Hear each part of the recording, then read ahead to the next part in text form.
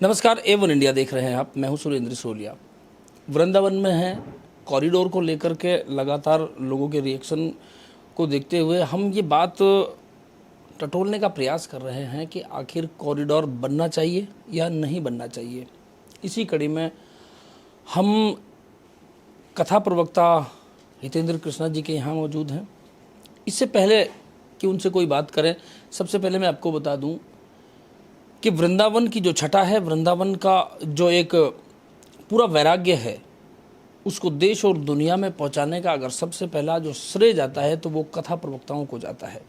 आज जो आप भीड़ वृंदावन में, मथुरा में, ब्रज 84 के क्षेत्र में जो आप देखते हैं, वो सबसे ज़्यादा जो प्रचारित किया गया है वो कथा प्रवक्ताओं द्वारा किया गया है। ये जो भीड़ आज आप देखते हैं वृंदावन में, वो सबसे बड़ा जो जादू है वो कथा प्रवक्ताओं की वाणी का है। उसी ही संदर्भ में हितेंद्र कृष्णा जी हैं। आप यूट्यूब, सोशल मीडिया चैनल्स के माध्यम से आप देखते हैं, कथा अपनी वाणी में वो लोगों को सुनाते हैं और बड़े स्तर पर जो कथावाचक जो हितेंद्र कृष्णा जी हैं उनके फॉलोवर्स हैं। उनसे जानने का प्रयास करते हैं कि कॉरिडोर बनना चाहिए या नहीं बनना चाहिए, वो इस पूरे मामले में क्या राय रखते हैं। हमारे साथ मौजूद है। सबसे पहले हितेंद्र जी, आपका बहुत स्वागत है। आपकी वाणी के माध्यम से जिन्होंने वृंदावन में आकर नहीं देखा आज तक, उन्होंने आपकी वाणी के माध्यम से उस पूरे वृंदावन को घर पे बैठे देख लिया। जैसे कोरोना में कहा करते थे, हम भी कई बार उस शब्द को प्रयोग में लिया करते थे कि अगर आप कहीं जाने की स्थिति में नहीं है तो घर बैठे दर्शन करें। कोरोना की एक स्थिति ऐसी थी, व्यक्ति से व्यक्ति पास नहीं आना, ये सबसे बड़ी कंडीशन रखती गई थी। आज कॉरिडोर का जिक्र है, भीड़ बहुत बेशुमार है, कथावाचकों का अपना एक अस्तित्व यहाँ पर अलग देखा जाता है, माहौल एक अलग है। कॉरिडोर की बात की जा रही है। हितेंद्र कृष्णा जी की नज़र में कॉरिडोर को किस तरीके से देखते हैं? राधे राधे आपके सभी दर्शकों को। देखिए, आज की जो मांग है, आप देखिए वृंदावन में नित्य प्रति भीड़ बढ़ती चली जा रही है। जिस समय मंदिर का निर्माण हुआ था उस समय गिने चुने भक्त वृंदावन आते थे। आप मान के चलिए, हमारे गुरुजी जब वृंदावन पढ़ने के लिए आए, उनसे हमने ऐसा श्रवण किया है कि आज से 50-60 साल पहले वृंदावन में बांके बिहारी मंदिर की स्थितियाँ या अन्य मंदिरों की स्थिति ये थी कि घंटी बजाने के लिए भी आसपास से लोगों को बुलाना पड़ता था, इतनी भक्तों की भीड़ नहीं थी। आज आप देखिए स्थिति वृंदावन की क्या है कि चाहे मंदिर में चले जाओ, चाहे मार्केट में चले जाओ, या सड़क पे चले जाओ, पैर रखने की जगह नहीं है। आप जाम में फंस गए तो 3-4 घंटे आपको 1 किलोमीटर पार करने में लग जाएंगे।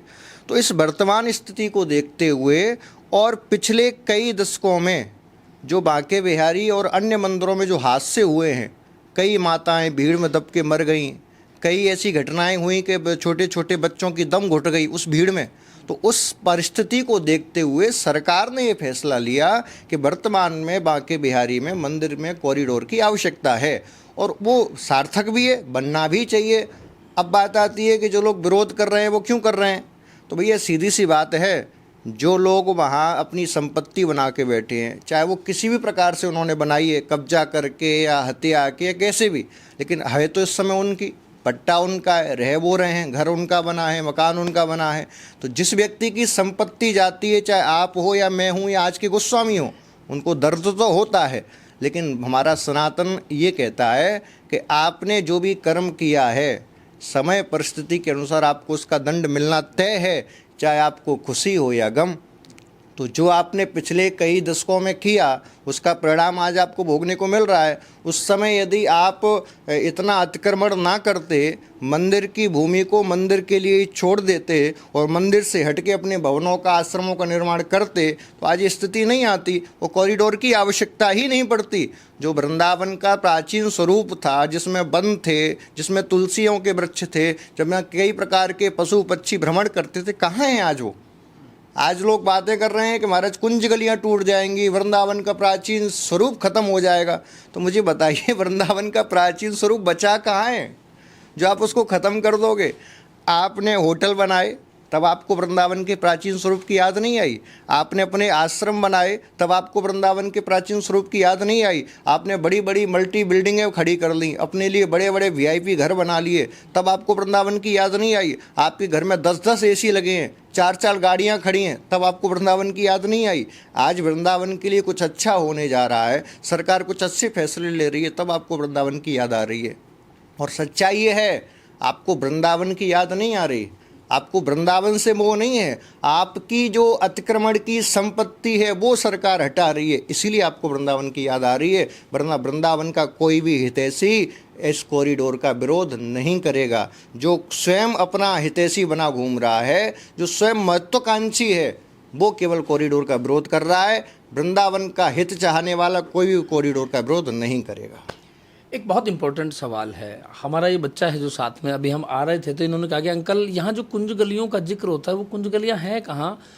मकान तो सब ऐसे ही जैसे हमारे यहाँ बने हुए हैं, ना वो महल दिखाई देते हैं जिनकी चर्चा होती है।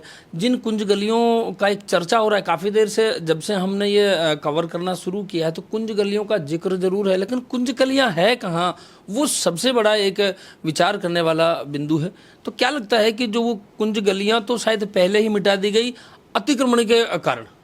आज जिनको सारे भक्त या जो ब्रजवासी अपने आप को कह रहे हैं या जो गोस्वामी कह रहे हैं, और जिन गलियों को वो कुंज गली कह रहे हैं, असल में वो कुंज गली नहीं है, वो अतिक्रमण गली है। तंग गली कह सकते हैं, तंग गली या अतिक्रमण गली। कुंज गलियाँ जो थी, कुंज का अर्थ क्या होता है? जहाँ सघन छोटी मोटी कंदराएँ हों, वृक्ष हों, छोटी मोटी कोई लता पताएँ हों, और उनमें से कोई व्यक्ति रास्ता निकाल के पगडंडी के रूप में निकल जाए, तो पगडंडी को ही कुंज गली कहा गया ब्रज भाषा के अंदर। तो वो कुंज गलियाँ थी। अब तुमने वृक्ष नहीं छोड़े, तुमने लता पताएँ नहीं छोड़ी, तुमने किसी प्रकार के प्राचीन सभ्यता को यहाँ जीने नहीं दिया, और तुम कह रहे हो कि वो कुंज गलियाँ हैं, जिनमें आप जाके देखो, जिनको ये कुंज गली कह के चिल्ला रहे हैं, उनमें पूछो कि कितनी गंदगी पड़ी हुई है, कितने वर्षों से झाड़ू नहीं लगा। वहाँ आप देखो तो पैर नहीं रख सकते, इतनी बदबू आती है वहाँ, जिनको आप कुंज गली कह रहे हो। तो वो कुंज गली नहीं है, अतिक्रमण गली है। कुंज गली के साथ साथ में एक सवाल ये भी है कि प्रशासन जो है बेशक तैनात तो कर दिया है, लेकिन ये स्पष्ट है कि आज वक्त के अनुसार, ये कहते हैं ना वक्त का तकाजा है, उसमें प्रदूषण मुक्त शहर को बनाने के लिए, इस धार्मिक स्थल को बनाने के लिए ई रिक्शा लाए गए, लेकिन ई रिक्शाओं का बहुत बड़ा अतिक्रमण है। और प्रशासनिक जो अधिकारी है, प्रशासनिक जो आमला है, आपको लगभग 300 की जानकारी हमें यहाँ पर मिली, 300 पुलिसकर्मी लगाए गए हैं, लेकिन वो कहीं भी भीड़ को, इधर उधर जाम को, अतिक्रमण को, किसी को भी टोकते हुए नजर ही नहीं आते। एक प्रशासन की ये भी लापरवाही है क्या? देखो, प्रशासन की लापरवाही इसलिए है क्योंकि स्पेस कम है, लोग ज़्यादा हैं, तो प्रशासन चाहकर भी दंडात्मक कार्रवाई नहीं कर सकता। क्यों? क्योंकि यहाँ जो आ रहा है वो भक्ति भाव से आ रहा है, श्रद्धा विश्वास के साथ आ रहा है, और उस व्यक्ति को आप दंड दोगे तो उसकी श्रद्धा खंडित हो जाएगी। वो किसी गुरु के लिए, किसी गोविंद के लिए, किसी मंदिर के लिए श्रद्धा समर्पण करके ला रहा है, और ऐसी भावना से वो मंदिर जा रहा है, और आपने बीच में उसको दंडित कर दिया तो उसका पूरा मनोबल गिर जाएगा। इसीलिए सरकार यहाँ पर ज़्यादा क्रियान्वयन तब तक नहीं कर सकती जब तक कॉरिडोर ना बने। कॉरिडोर बनेगा, बड़ी सड़कें होंगी, बड़ी स्पेस होगी, सरकार ने सारी चीज़ें उसमें निर्धारित की हैं कि जो आपने ई रिक्शा की बात की, तो रिक्शाओं के लिए उसमें अलग से मार्ग बनाया है, पैदल यात्रियों के लिए अलग से मार्ग उसमें बनाया है, 4 व्हीलरों के लिए अलग से मार्ग है। तो सरकार वो व्यवस्थाएं कर रही हैं, लेकिन यदि उसका हम विरोध करते रहे तो व्यवस्थाएं कैसे हो पाएंगी? एक आपकी बात से तो मुझे एक बात बहुत अच्छी समझ में आती है कि जैसे अभी हमने जिक्र किया कि रास्ते में हम आ रहे थे तो हम उस कुंज गली को निहारने का प्रयास कर रहे थे, कहीं कुंज गली वाकई में हमें नजर आए जो हमारी आंखें तलाश कर रही थी, वो आज नहीं रही, अतिक्रमण की भेंट चढ़ गई। अब हम ये उम्मीद लगा सकते हैं कि कॉरिडोर बनेगा तो शायद वो स्वरूप एक बार फिर से पुनः जीवित हो सकता है। देखिए, वो स्वरूप तो पुनर्जीवित कभी नहीं हो सकता। उसका कारण है कि कॉरिडोर हम बना भी देंगे, व्यवस्थाएं तो आधुनिक करेंगे ना, और वृंदावन जो था वो आधुनिक व्यवस्थाओं के लिए नहीं था। इसका थोड़ा सा हम आपको इतिहास बताते हैं। श्री कृष्ण द्वापर में आए आज से 5,500 वर्ष पूर्व, और श्री कृष्ण मथुरा में जन्म लिया और गोकुल में आके उनकी परवरिश रही। गोकुल से वो फिर वृंदावन इत्यादि भ्रमण करते हुए मथुरा पहुँचे, और मथुरा से फिर द्वारका। ये कृष्ण का जीवन था। तो जब कृष्ण चले गए उसके बाद ये संपूर्ण ब्रज क्षेत्र भी वीरान हो गया, उजड़ गया, क्योंकि यहाँ कोई विशेष बसियत नहीं थी। छोटे छोटे कस्बों में लोग रहते थे, क्यों? क्योंकि यहाँ कृषि ज़्यादा अच्छी नहीं होती थी, खारा पानी है, वर्षा ज़्यादा होती नहीं थी, उजड़ भूमि है, आपको ज़्यादा यहाँ फलदार वृक्ष नहीं मिलेंगे, उजड़ भूमि है। तो छोटे छोटे कस्बों में लोग गौचारण करके, गैया पालन करके अपनी उदर की पूर्ति करते थे। समय गुजरा, स्थितियाँ समाप्त हो गईं, राज्य व्यवस्थाएँ समाप्त हो गईं। अब कृष्ण की भक्ति का प्रचार शुरू हुआ तो उस समय की भी थोड़ा मैं बताऊं आपको। जिस समय कृष्ण धरा धाम को छोड़ के गए, उस समय परीक्षित जी की उम्र थी मात्र 12 वर्ष। तो सारे पांडवों ने जैसे ही सुना कि कृष्ण धरती को छोड़ के चले गए, तो उन्होंने परीक्षित को इंद्रप्रस्थ, जिसको आज हम दिल्ली कहते हैं, वहाँ का राजा बनाया और 5 पांडव द्रौपदी के साथ स्वर्ग आश्रम के लिए चले गए। उन्होंने दूसरा राजा बनाया वज्रनाभ जी को, जो कृष्ण के ही वंशज थे, प्रपुत्र जिसको कहा जाता है, क्योंकि पूरे कृष्ण के वंश में वही एक बचे थे। उनसे कहा, बोले द्वारका तो अब रही नहीं जिससे हम तुम्हें द्वारका का राजा बना सकते, अब ब्रज बचा है, उस ब्रज में तुम्हारी सत्ता है। तो ब्रज का राजा किसे बनाया? वज्रनाभ जी को। लेकिन जब वज्रनाभ जी यहाँ आए तो यहाँ देखा कि राज्य करने जैसी यहाँ कोई व्यवस्था ही नहीं है। यहाँ छोटे छोटे कबीलों में लोग रहते हैं, पशुपालन करते हैं, छोटी मोटी अपनी आजीविका चला रहे हैं। बोले इन पर राज्य क्या करूँ? तो वज्रनाभ जी परीक्षित जी के पास गए और उन्होंने कहा, मुझे राज्य सुचारू रूप से चलाने के लिए कुछ व्यापारियों की, कुछ ब्राह्मणों की, कुछ धनाढ्यों की आवश्यकता है, तब तो राज्य चलेगा। तो परीक्षित जी ने दिल्ली इंद्रप्रस्थ से कुछ लोगों को ब्रज में बसाया, जो आज अपने आप को मूल ब्रजवासी कह रहे हैं। असल में वो कुछ ब्रजवासी तो मूल हैं, लेकिन कुछ जो ब्रजवासी अपने आप को कह रहे हैं वो इंद्रप्रस्थ से और ब्रज में बसाए गए लोग हैं। उसके बाद जब वज्रनाभ जी चले गए, 2-4 पीढ़ी के बाद वो व्यवस्थाएं समाप्त हो गई, राज्य खत्म हो गए। अब आई कृष्ण भक्ति की बात। तो चैतन्य महाप्रभु आज से 500-700 वर्ष पूर्व वृंदावन में ब्रज में आए और उन्होंने देखा ये श्री कृष्ण की नगरी है, लेकिन यहाँ कृष्ण का कोई चिन्ह नहीं है, कोई जानता नहीं कि कृष्ण ने कहाँ क्या लीलाएं की। तो चैतन्य महाप्रभु ने चिन्हात्मक रूप से, संकेतात्मक रूप से इस वृंदावन के अंदर अलग अलग स्थानों को चिन्हित किया कि ये केसी घाट है, ये युगल घाट है, ये निधवन है, ये सेवाकुंज है।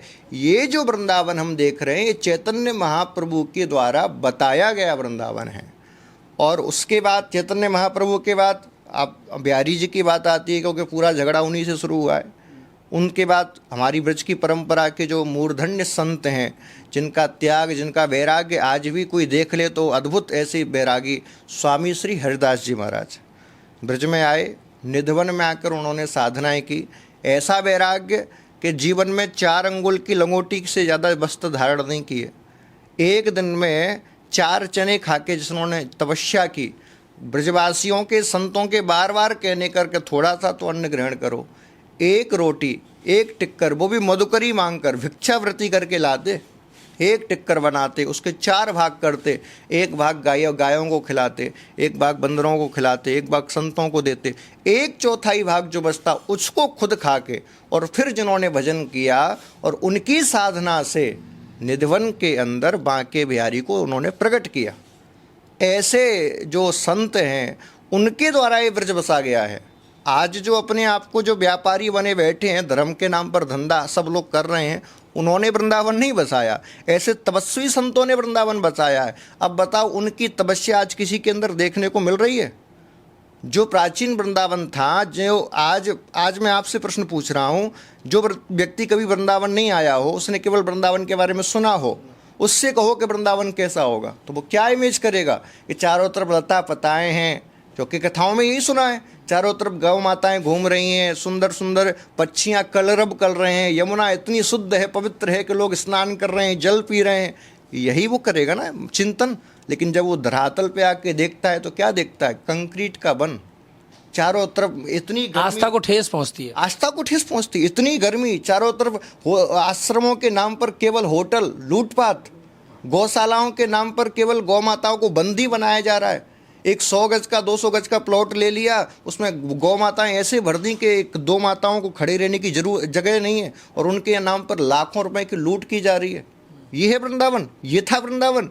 आज वृंदावन के नाम पर केवल और केवल धर्म का धंधा हो रहा है, केवल व्यापार हो रहा है, धर्म की लूट हो रही है। असली जो वृंदावन था, जो साधना स्थली था, तपस्थली था, जहाँ ब्रह्म को प्राप्त करने के लिए कार्य किया जाता था, वो वृंदावन तो द्वापर में ही समाप्त हो गया। कलयुग में उसका कुछ अंश बचा था, जो स्वामी हरिदास जी इत्यादि ने उसको साधना किया। अब आज के जो कलयुगी हैं, उन्होंने वो अंश भी समाप्त कर दिया। ये वो कड़वा सत्य है जिसको स्वीकार करने में बहुत जोर पड़ेगा, बहुत जोर लगेगा। कड़वी सच्चाई को सहन करने के लिए बहुत सहन शक्ति चाहिए होती, जो शायद सभी में नहीं होती, क्योंकि जब मेरी जेब से भी अगर मेरी कमाई जाती है और मुझे मेरा धंधा चौपट होता हुआ नजर आता है, तो शायद मुझे भी एक बार के लिए आवेश आ जाएगा। हमने प्रयास किया कि कॉरिडोर बनना चाहिए या नहीं बनना चाहिए। अभी कुछ देर पहले हम जिक्र कर रहे थे कि कथावाचकों ने इस जो वृंदावन की छटा है देश और दुनिया में, जो जिस स्तर पर लोगों को बताया, उसी आस्था के वशीभूत लोग वृंदावन में आते हैं, लेकिन वो नज़र नहीं आता, तो लगता है कि उनके साथ धोखा हुआ है। एक बार के लिए तो महाराज जी शायद ये भी हो सकता है कि किसी कथावाचक ने हमें झूठ बोल दिया, क्योंकि जिस तरह का आप चित्रण कथा के माध्यम से दिखाते हैं वो यहाँ देखने को नहीं मिलता।